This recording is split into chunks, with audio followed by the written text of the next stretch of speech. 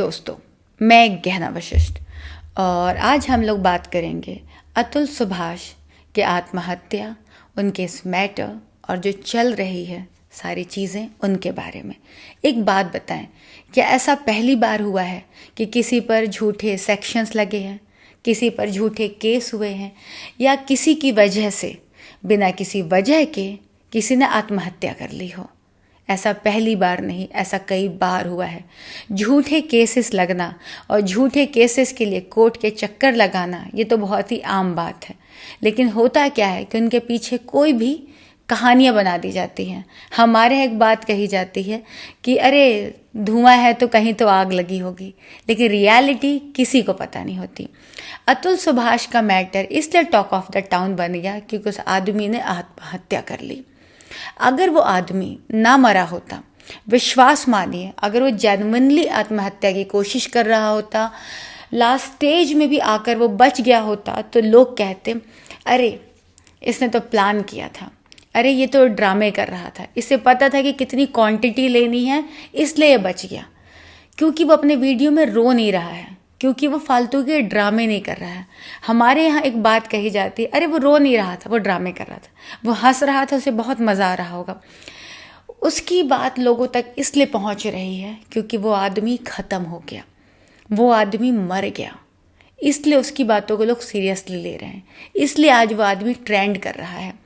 मतलब अगर आपको अपनी बात को किसी के सामने सच प्रूफ कराना है तो आपको मरना होगा, ये ज़रूरी है क्या?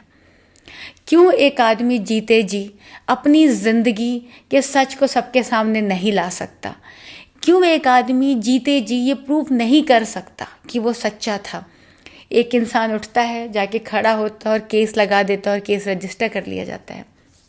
मैं खुद ये परेशानी भुगत रही हूँ, लेकिन आप लोगों को यकीन दिलाने के लिए मैं आत्महत्या नहीं करूँगी, मुझे नहीं करनी है।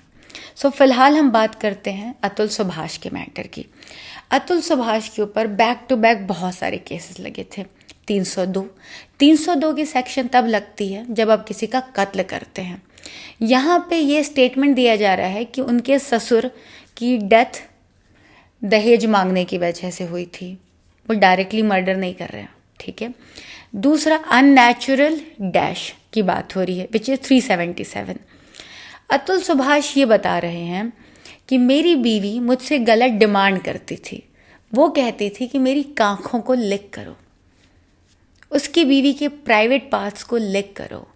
अगर एक औरत किसी आदमी के प्राइवेट पार्ट को कुछ करने से मना कर सकती है, आदमी को भी हक है, राइट? आदमी जानवर तो नहीं है। अगर एक लड़की की प्रायोरिटीज़ हो सकती हैं तो एक आदमी की क्यों नहीं हो सकती? और हम इन बातों को इसलिए सच मान रहे हैं क्योंकि जब ये वीडियो बनाया था अतुल सुभाष ने, तो वो पहले सेंटेंस से क्लियर थे कि इसके बाद वो आत्महत्या कर रहे हैं और उन्होंने कर ली है। तो एक मरता हुआ आदमी तो झूठ नहीं बोलेगा, राइट? बीवी उन्हें फोर्स कर रही है कि आप उनके प्राइवेट पार्ट को लिक करें, आप उनकी आँखों को लिक करें, और आप नहा भी नहीं रही हैं 5 से 6 दिनों से। अगर ऐसे सिचुएशन में एक आदमी कंफर्टेबल नहीं है तो नहीं है, आप उसे प्रेशर नहीं डाल सकते। आप कहते हैं कि आप, मतलब निकिता सिंघानिया कहती हैं कि निकिता सिंघानिया के फादर की डेथ अतुल सुभाष की वजह से हुई, जो कि उन्हें 2.5 साल बाद याद आया, राइट? 2.5 साल बाद। अतुल सुभाष जहाँ पे उनकी सैलरी है 82,000, 40,000 उनके छोटे से बच्चे के लिए एक जज पास कर देती है कि दे दो, और वो भी वो पैसे लेने के बावजूद भी वो लोग थैंकफुल नहीं हैं। चल क्या रहा है? क्यों जो लोग केस करते हैं उनका पास्ट बैकग्राउंड चेक नहीं किया जाता? क्यों जो मन में आता है वो केस रजिस्टर कर लिए जाते हैं? क्यों वो केस नहीं बनाए जाते जो बनते हैं, वो बना लिए जाते हैं जो आप बनाना चाहते हैं? क्यों और कब तक चलेगा ये? मैं सभी से दरख्वास्त करती हूँ, क्योंकि अतुल सुभाष का मैटर सबकी जागरूकता में है, सबकी ज़ुबान में है, सबको पता है। तो जब भी किसी पर केस लगता है, और चाहे मीडिया बात करे, पुलिस बात करे, सब कुछ हो, आप प्लीज़ उसे चेक करें। और ये मैं अपने पर्सनल एक्सपीरियंस से बता रही हूँ कि मैंने कभी भी कोई फिल्म ऐसी नहीं बनाई थी जिसे कि आप पॉर्न कहें।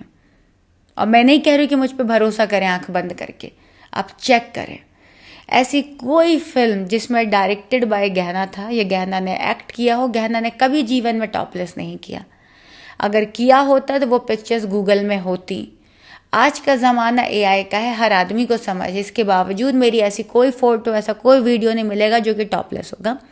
मैंने कोई ऐसी फिल्म नहीं बनाई जिस पे पॉर्न जैसी एक्टिविटीज़ की जाएं, बट मैंने केसेस झेले हैं। मैंने 376 तक का केस झेला है। मैं किसी का रेप नहीं कर सकती, आई कैन नॉट, राइट। मेरे पास वो सामान नहीं है जिससे रेप किया जाता है, फिर भी मुझ पे 376 का केस लगा।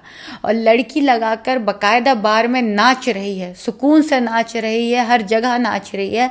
पिछले 2 सालों में से 3 पति बदल लिए, उससे किसी ने कुछ नहीं पूछा। मुझे 8 दिन के पुलिस कस्टडी में रखा गया। मैं 113 दिन टोटल जेल में थी। मुझ पे एक रेप केस लगता है। क्या मैं रेप कर सकती हूँ?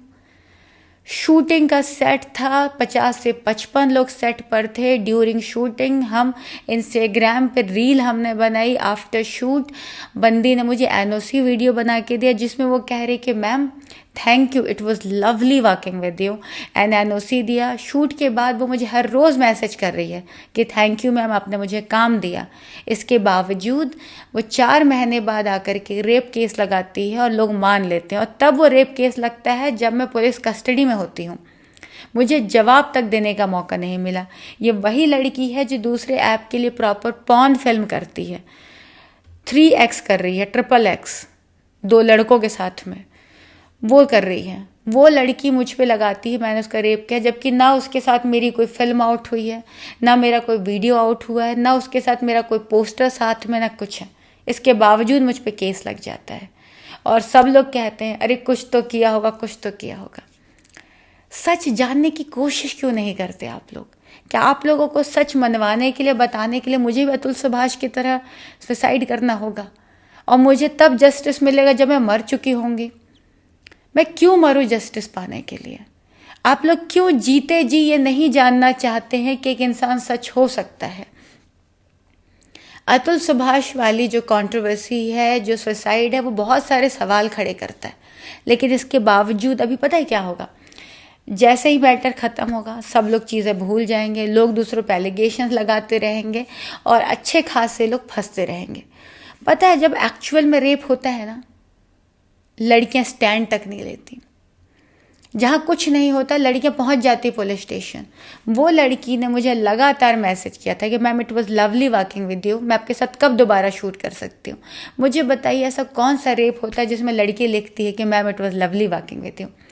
शूट के बाद उससे मुझसे पर डे 18,000 रुपये लिए थे। कौन से रेप के लोग पैसे लेते हैं? शूट पे 45 से 50 लोग हैं। शूट ग्रीन विला बंगलों में थे, जहाँ एक ही प्रेमाइसेस में 2 बड़े बड़े बंगलो हैं। उसी टाइम पे हम जब शूट कर रहे थे, सामने एक ऐड का शूट हो रहा था। बंदी कहती है कि उसके बहुत लोगों ने रेप किया। लड़की का अगर आप हाथ पब्लिक में पकड़ लें और लड़की रिएक्ट कर दे ना, किसी की हिम्मत नहीं होती कि हाथ पकड़ सके। कुछ भी लगा दिया जाता है, कुछ भी कह दिया जाता है और लोग विश्वास कर लेते हैं। क्या आप लोगों ने कोशिश की जानने की कि जिस लड़की ने केस किया था उसका बैकग्राउंड क्या, उसका नाम क्या है? मैं घर में अकेली थी, मुझे उठा करके जेल के अंदर डाल दिया गया था। ये दशा है यहाँ पे, और मुझे नहीं पता इस दशा में हम कौन से दिशा में जा रहे हैं। मैं थी ज्ञाना वशिष्ठ, आप लोगों से बात करके बहुत अच्छा लगा। मैं लड़ती रहूँगी, मैं हर बार स्टैंड लूँगी क्योंकि मैंने गलत नहीं किया है। और मुझे यकीन है कि जब मैंने गलत नहीं किया है तो आज मैं भले कुछ भी फेस कर रही हूँ, मेरे साथ गलत नहीं होगा। मेरे साथ गलत हो ही नहीं सकता क्योंकि मैंने गलत किया ही नहीं है किसी के साथ। तो मैं ऐसी लगी रहूँगी और देखिएगा एक दिन ज़रूर मेरी जीत होगी। शायद देर होगी बट होगी ज़रूर। Thank you so much.